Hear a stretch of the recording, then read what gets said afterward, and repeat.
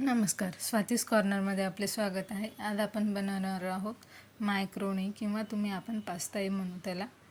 तर त्यासाठी मी इथे 2 ग्लास पाणी घेतलेलं आहे.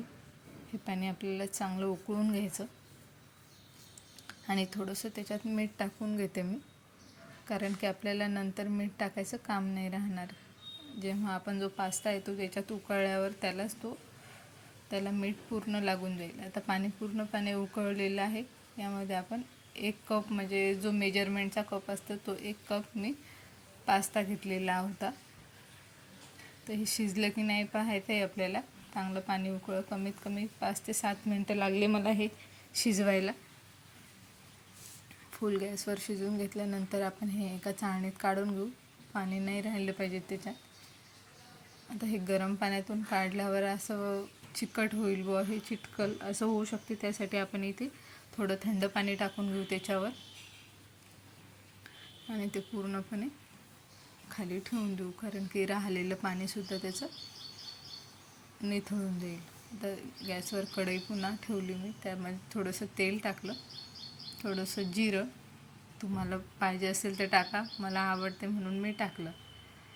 आता हा चायनीज पदार्थ आहे की कसा आपल्या भारतातला आहे, तर दोन्ही पद्धतीचं मी कॉम्बिनेशन केलं. त्याच्यात टाकली पत्तागोबी, कांदा, सिमला मिरची आणि गाजर खिसून टाकलं. जेवढं बारीक होते तेवढं बारीक चिरून घ्या. थोडं मी उभे हे करून घेतलं, कारण की दिसायलाही छान दिसते आणि मुलांना खायलाही तसा काही भाजीपाला पोटात जात नाही मुलांच्या, त्यामुळे मी टाकला भाजीपाला भरपूर. आता इथे हे पूर्ण आपल्याला शिजवून घ्यायचं आहे. थोडंसं मी याच्यात पाणी टाकणार आहे. पाणी टाकून चांगलं शिजेपर्यंत इथं आपण कॉर्नफ्लॉवर घेतलं 1 चमचा, त्याची पेस्ट तयार करून घेऊ.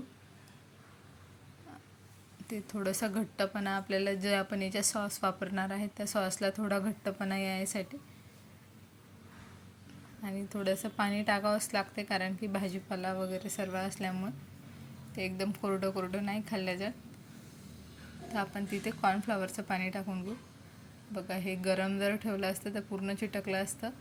त्याच्यामुळे मी थोडं थंड पाण्याचा हात पाणी मारलं तर त्याच्यावर ते मोकळे झाले. आता कढईत टाकल्यावर आता हा पास्ता आपल्याला मिक्स करून घ्यायचा आहे पूर्णपैकी. आणि याच्यात टाकलं मी हे टोमॅटो सॉस.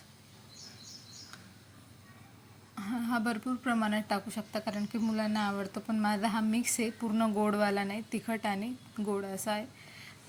आणि हा पिझ्झा पास्ता सॉस आहे, तर तो पण मी जवळपास 2 चमचे टाकून घेतला. आणि आता हे आपल्याला पूर्ण मिक्स करून घ्यायचं आहे. थोडंसं पाणी टाकलं, कारण की पिझ्झा पास्ता सॉस हा खूप घट्ट असतो.